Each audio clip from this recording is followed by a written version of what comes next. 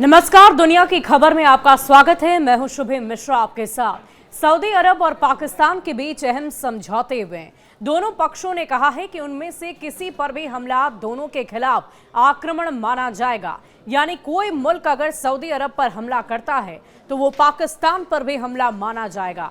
इस समझौते पर सऊदी अरब के क्राउन प्रिंस मोहम्मद बिन सलमान और पाकिस्तान के प्रधानमंत्री शहबाज शरीफ ने हस्ताक्षर भी किया है। एक बयान में ये कहा गया कि शरीफ क्राउन प्रिंस के निमंत्रण पर सऊदी अरब गए थे और दोनों देशों के बीच हुए इस समझौते पर भारत ने अपनी प्रतिक्रिया दी है।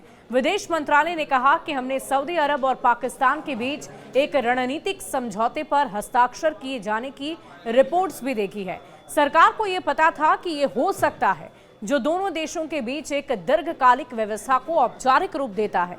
ये लंबे समय से विचाराधीन था।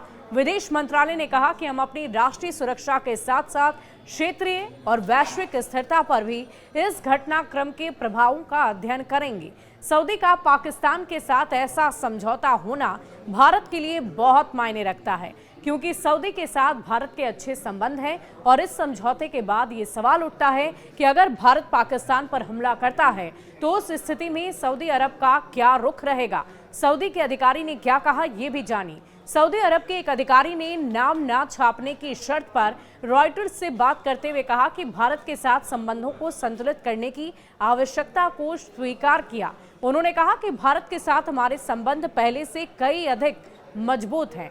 हम इस संबंध को आगे बढ़ाते रहेंगे और क्षेत्रीय शांति में हर संभव योगदान देने का प्रयास करेंगे। अधिकारी ने कहा कि एक व्यापक रक्षात्मक समझौता है जिसमें सभी सैन्य साधन शामिल हैं। पाकिस्तान और सऊदी अरब के बीच दशकों की घनिष्ठ व्यापारिक और सैन्य संबंध लंबे वक्त से रहे। 1967 से पाकिस्तान ने 8,200 से ज्यादा सऊदी सशस्त्र बलों के जवानों को प्रशिक्षित किया है और दोनों पक्षों ने कई संयुक्त सैन्य अभ्यास भी किए।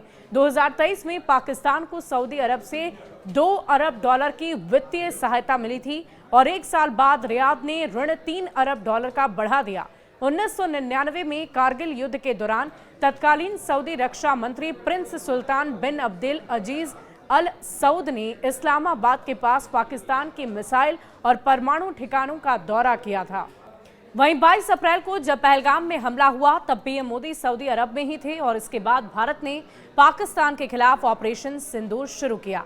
भारत के इस अभियान में सऊदी अरब उसके साथ रहा और साफ है कि सऊदी भारत और पाकिस्तान के साथ अपने रिश्तों में बैलेंस बनाकर रखता है। वो भारत की ताकत को समझते हुए उसके साथ खड़ा रहता है तो पाकिस्तान को आर्थिक मदद देने के बहाने अपने पाले में रखता है। लेकिन भविष्य में भारत पाकिस्तान पर कार्रवाई करता है तो उस दौरान सऊदी का क्या रुख रहेगा, ये बात तो देखने वाली होगी। और आपकी इस विषय में क्या राय है, हमें कमेंट सेक्शन में लिखकर जरूर बताइएगा। शुक्रिया।